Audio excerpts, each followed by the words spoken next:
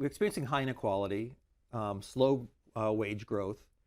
It seems like there's a natural thing to do, which is use the tax code to redistribute more, tax people at the top, and give more to people in the middle and the bottom of the economic ladder. But that's not what you want to do.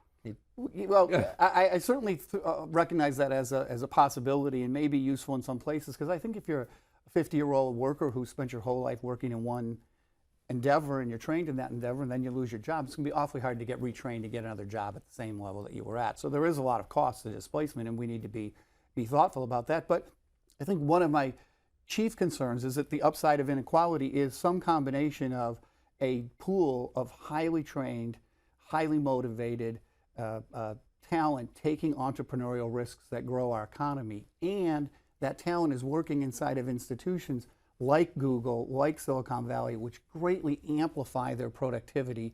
Those institutions were built very slowly over time through successful risk-taking. It gives our workers better on-the-job training.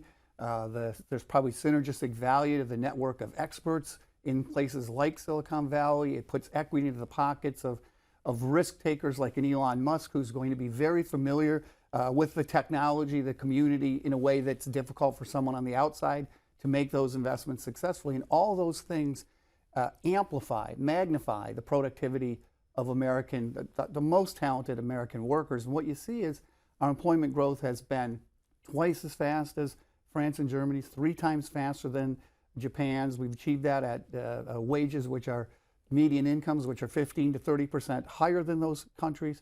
If you look at unicorns, which are billion-dollar IPOs that haven't gone public yet, over the last year, we've created about $200 to $250 billion of value. Europe, over the same period, created $25 billion of value, which is just it's a tip of the iceberg, but some indication of the amount of innovation that our economy is producing relative to theirs. And if they weren't sharing disproportionately in the benefits that we were creating, their growth would be even slower still. And what amazes me is we're doing it with, if you look at test scores, for example, the US, 25% of the workforce is scoring highly on tests versus 35% of Germany, 40% of Scandinavia, almost 50% of Japan. We're doing it with a smaller group of people who are just better trained, more highly motivated, and having their productivity amplified in a way that the rest of the world has not been able to achieve. I worry that if you slow that down, you look at how much it evolved since the early 1990s, where those countries were growing faster more than we were. They were catching up to where we were, but that stopped in the early 1990s, and we've pulled away from them quite dramatically.